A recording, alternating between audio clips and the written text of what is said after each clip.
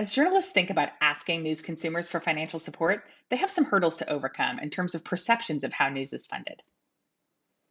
When Trusting News has done survey work, asking people about their basic trust in news and how many news organizations they support financially, there's of course a correlation between those two things. Most of the people we talked to did support at least one news organization financially, but that was less true for people who don't have basic trust with the news. People who rank their trust lower are much less likely to pay.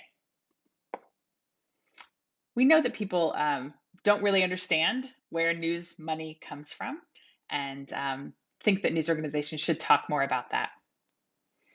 Some of the misconceptions are interesting. Most people probably don't spend that much time thinking about how news is funded. But when asked, some people think most media companies are owned by the government. Some people think most of them are nonprofit. There's just a lot of education to do. It is really important to take stock of this fact. The majority of Americans think local news is doing very well or somewhat well financially.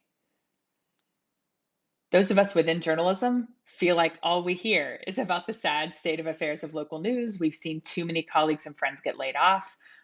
We know that revenue from the audience is crucial to sustainability, but too many people are left with the impression that we're doing just fine.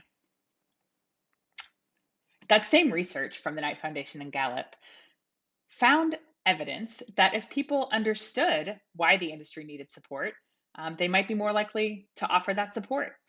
When people understood the dire situation local news are in, respondents in this survey at least were significantly more likely to donate to a nonprofit that supports local journalism. So why do we not make it clear that we need support more directly? When that survey asked people who should pay for news, 86% of Americans think people should have access to local news, so that's great.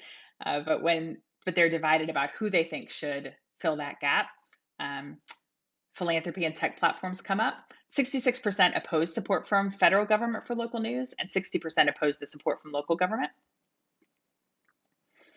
We did find in that research that 6 in 10 Americans consider the local newspaper an important point of civic pride. So that's something to be happy about. But fewer of them are subscribing. 34% said they had at one point paid for local news, and only 20% have paid in the last year.